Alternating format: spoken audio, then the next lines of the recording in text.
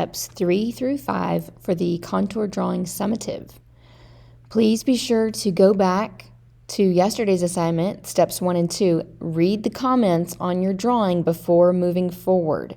If you made less than a 90, I do want you to make corrections before moving on, because that means you're already going to be losing points on this summative project for not following instructions.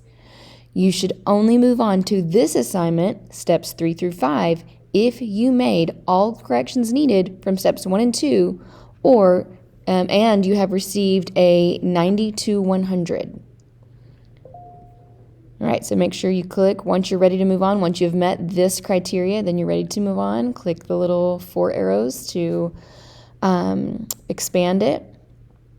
It's going to go back over yesterday's assignments, so you can just scroll through those.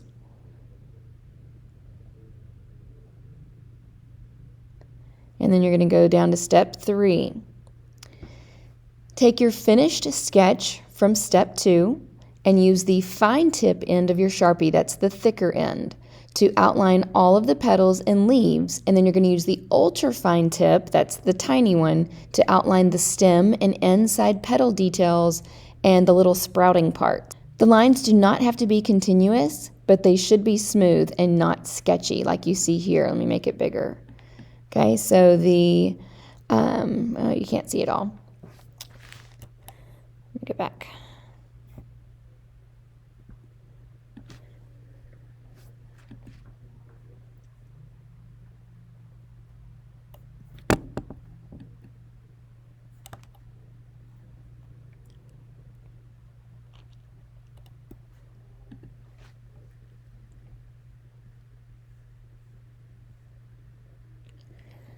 Okay, so as you can see, the outside of the leaves, the outside of the petals all have that thicker line. Everything else is a really smooth, a much smaller line. So this is the fine tip outlining the leaves and the petals, and then the ultra fine tip is outlining all the inside detail parts and the little sprouting parts.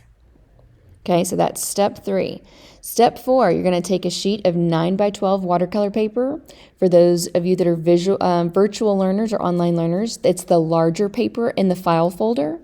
And you're going to layer your Sharpie drawing from step 3 under the watercolor paper. So the watercolor paper is on top.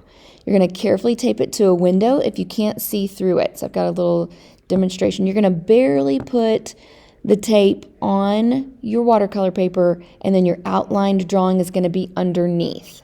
And you're going to tape that to a window, and then you're going to use a pencil to lightly and carefully trace all of your lines to the watercolor paper.